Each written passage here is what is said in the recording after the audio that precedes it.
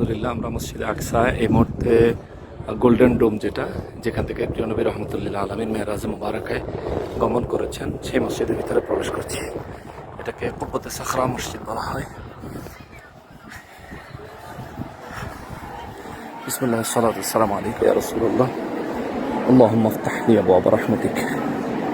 এই হচ্ছে সেই মসজিদের সেই গোল্ডেন ডোম মসজিদ।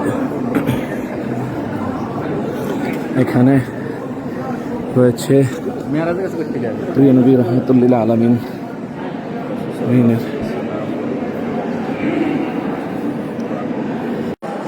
জান হচ্ছে, এটা হচ্ছে প্রিয় নবী রহমতুল্লাহ আলামিনের নূরানি কদম মুবারকের সাপ সম্পন্ন পাথরে মুবারকা, যেখানে প্রিয় নবীজির কদম মুবারকের সাপ মুবারক রয়েছিল, কিন্তু মানুষজনের হাতের ছোঁয়াতে বরকত পাওয়ার আশায় মানুষজন যে টাচ করছিল ওই জায়গা, এই পাথর মুবারক এখন দেখতে এমন দেখাচ্ছে।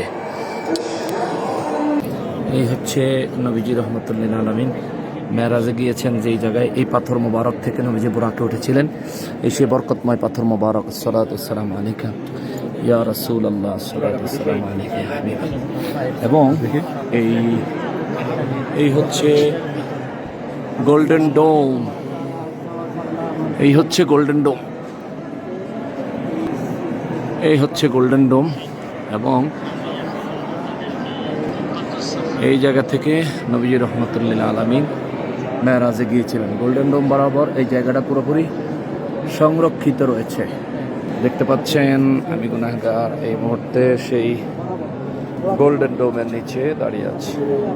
এই সেই জায়গা যেখান থেকে নবীজি রহমতুল্লাহ আলামিন মেরাজ মুবারকে গিয়েছিলেন।